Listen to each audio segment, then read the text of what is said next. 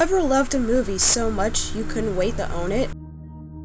You tell your friends, your family, your coworkers, just anyone who would listen.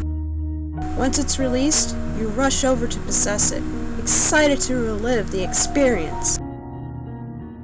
But in the end, it only sits and collects dust. This time, I'll be unwrapping them. Hey, what's up everybody? It is that time again where we unwrap another movie and review it.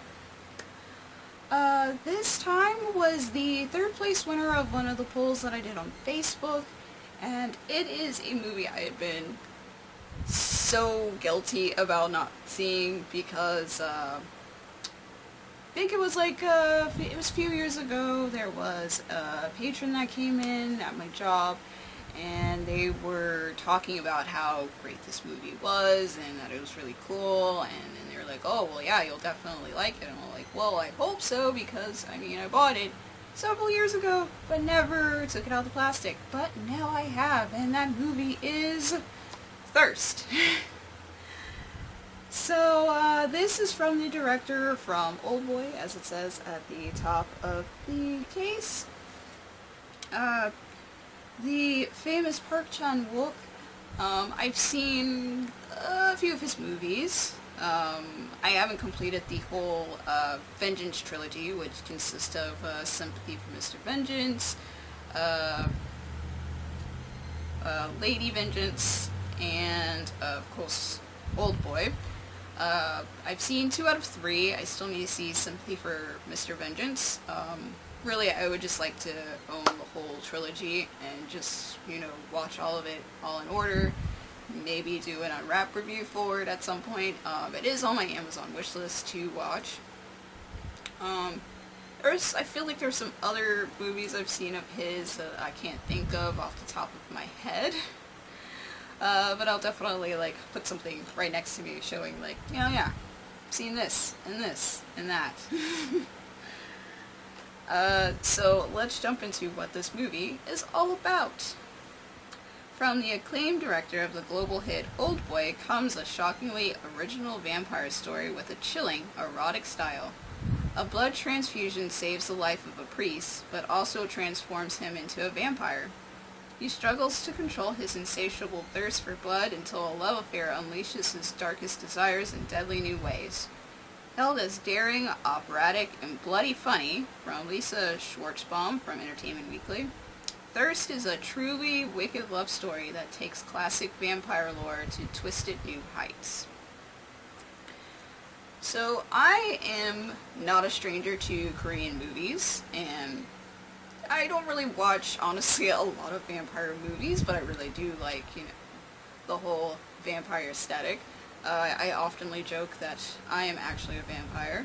I own 2 sets of vampire fangs, and sometimes I call myself the Vampire Prince, so there you go. I guess I got that working for me. But anyway, I was really looking forward to checking this out. I blindly bought it, hoping and assuming that I would love it because I do like Park Chan-wook. I have mentioned him in an old video I made of directors that I really love, which maybe I should, do another one and add some, other little inspirations of mine when it comes to film. But I really like his work, and I was hoping that with my track record of seeing his other stuff that I would love this as well. And what I can say is, I didn't love it as much as, Lady Vengeance and Oldboy, but I did enjoy it, and I don't regret my purchase of the DVD. I did like it. I think I don't know if I was marathon movies at the time when I was watching this, or maybe this might have been the first movie I watched for the day.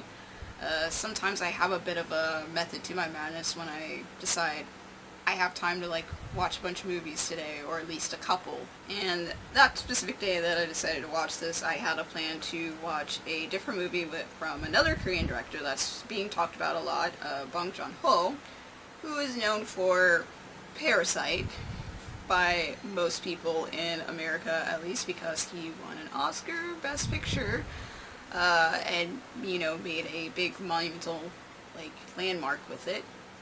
And he has a TV series out of one of his movies called Snowpiercer, and I was planning on watching this with Maja.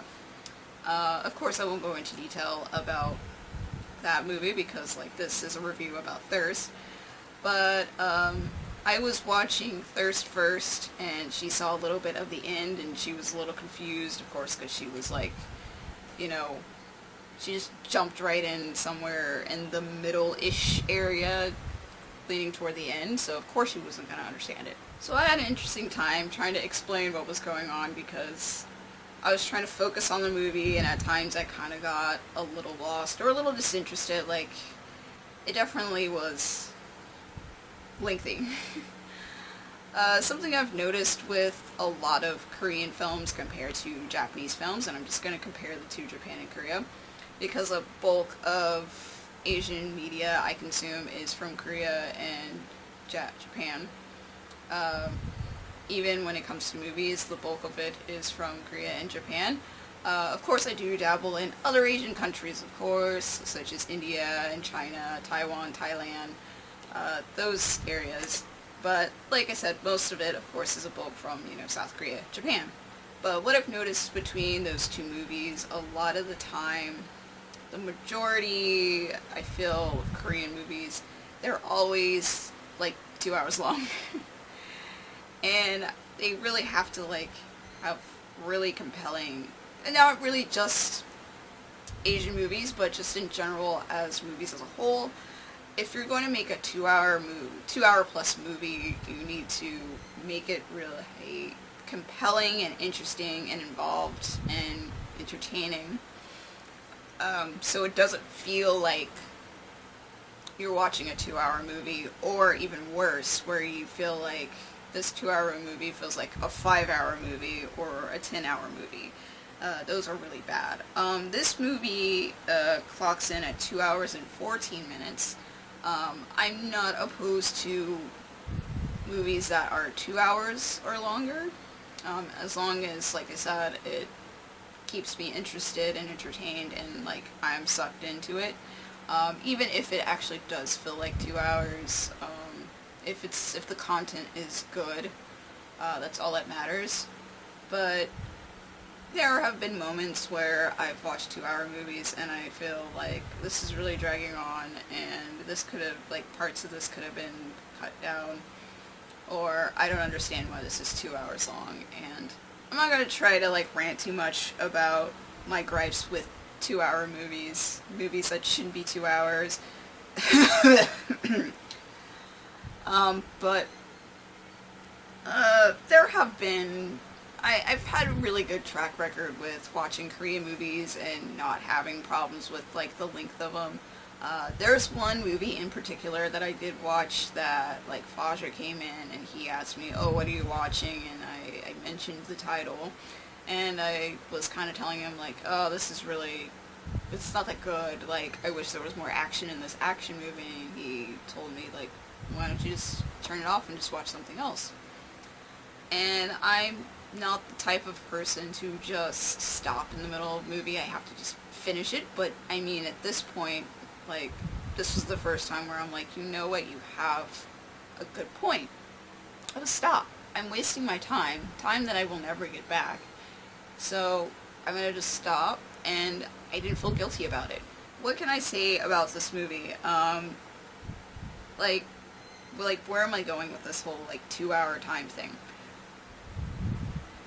Being a 2 hour, 14 minute long movie, watching it, I was interested and intrigued by the concept, by the visuals, by the acting, and the story was intriguing, and I was just curious, like, where this journey was going to go with this priest and his relationship with this woman and with a friend who was helping him, you know, survive as a vampire. Him just trying to just live his life in, you know, normal human society and whatnot, and developing his relationship with the love interest. But there were times I felt like it dragged a little bit, and I feel bad saying that, but I wish there were some parts that I wish could have been shortened, or it just would have ended earlier, because it felt like after a certain point in the movie with his relationship with this woman, where she becomes even more like unhinged, and just she really wants to like solidify her relationship with the main character more by like becoming a vampire and living the life, because she finds being a vampire just fascinating and intriguing, and it has so many advantages over like being being human, especially this particular woman who's in a very toxic relationship with her mother, and a not so good one with her other, like her, I think it was her brother. She doesn't have the best relationship with her family. If I remember correctly, I think she really wasn't blood related with these people that she lived with. They kind of really treated her like Cinderella. They were very abusive. They just treated her like, we expect you to clean the house and cook for us and do these little menial tasks, and then at the same time the male figure, I think the brother type figure, was like, I expect you to, like, when I want it, I want you to do sexual things with me when I want to, like, every now and then we need to, like, meet up in a private setting and do these sorts of things together or whatnot. And she finally finds this appreciation with the main character of being truly loved and truly wanted, and she just, when she got a taste of, like, him being, like, inhuman, she's like, I want that life. I want to separate myself from the misery that I've had to live through. And then there was a certain point in their relationship where some serious stuff happens that I can't say because it's a spoiler. And even though this movie is old, this movie came out in 2009, at least in America on DVD. Even though this movie came out in 2009, I don't want to ruin it, because it is an actual interesting movie, and I want people to check it out, because I feel like there's probably not that many people who have watched Thirst. They probably only have seen Old Boy from Park Chan-wook, but there was a certain point in the film where it just felt like it dragged, and the family finds out a certain secret, and I guess the climax kind of hits in the story, and then you think, like, oh, this is the resolution, this is it, but no, there's still more. And I wish it didn't keep going. I wish it just ended, like, at some, I don't know. But I guess that's the point where, like, I guess he was trying to, like, divert your expectation of what a vampire story should be, how it should go.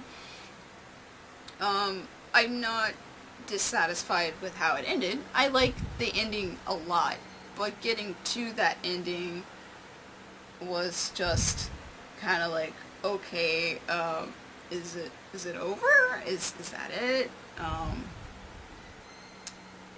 Oh, okay, I guess we're still going on this journey with this couple. This lady is becoming more and more annoying to me. When are you going to stop her? When are you going to stop being this pushover for love? Like, this is ridiculous. You need to, keep better control of her or something, or just cut her off. Like, break up. Like, y'all are not good for each other. And that element of the movie, like, really, pushed down my potential love for this movie, was it dragging. Now, the movie, like I said, wasn't awful. I didn't dislike it. I do like it, and as I said, I don't regret buying the DVD blindly. It was good. I definitely recommend it. The cinematography is so beautiful. I like the, like on the back they have this like monochromatic like moment, like scene. They decided to paint the whole house white and everything's white, but the way it's like lit and shot looked great. There are other parts in the movie that are shot really well as well, and I found the main character very fascinating and interesting, even though his decisions toward the later half of the movie frustrated me. And I thought the woman was interesting as well, even though she frustrated and irritated and annoyed me way more than the main character, of course. I just wanted to shake her and just be like, why are you like this? Stop. But I guess guess that's like realistic for someone who's been abused for so long. I mean, I can't say this for like every person who has been abused, but I guess for in her case, I get it, where you get that taste of power and you feel more superior, and now you can take advantage of those who have oppressed you, and now you can do the same to them, and you just get power hungry, and so you just take over everything. Like, I get it. Her mother was also a fascinating character. I thought she was very interesting. She had a good balance of being someone you were rooting against, but then you were kind of rooting for at the same time. Like, she was in a completely, like, evil stepmother type character.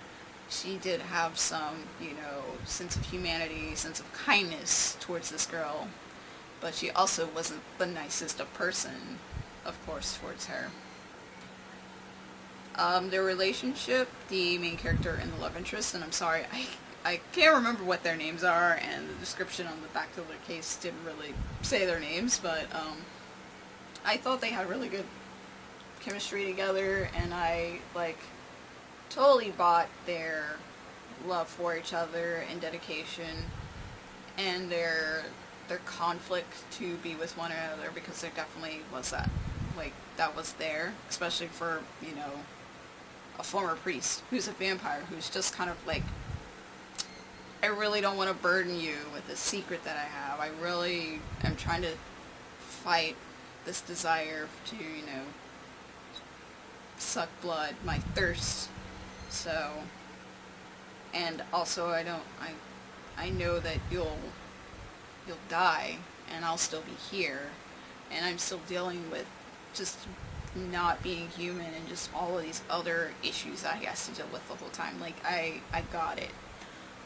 Those aspects made me keep going. The characters kept me going. I think that's the number one reason that I was just I'm sticking with this movie. I am not jumping off this ride. I'm still invested. I'm still interested. I want to know how this is going to end. How is he going to make things better for her? How are things going to work with their relationship? Is it going to work? How is he going to control her and keep her, satiated? These sorts of things made the movie interesting and kept me watching, and even pulled Maja in when she just jumped in and she was asking me questions what is going on? Who is that? Are they related? Are they not? Oh, they're a couple, this and that and the other. So she instantly got invested, and I think it was because of the characters. But I maybe sensed, I'm not sure if she really feels this way, but I think maybe Maja also thought it kind of dragged a little bit towards the end as well. But I think she said that it was pretty interesting. Definitely wasn't a movie that I would want to watch with her, for sure. I've already made the mistake of watching the remake, the Spike Lee version of Old Boy with both of my parents, which I highly not recommend to do. Don't do it. Original or remake, don't watch it with your parents or parental figures. It's just a terrible idea, and plus the Old Boy remake is awful.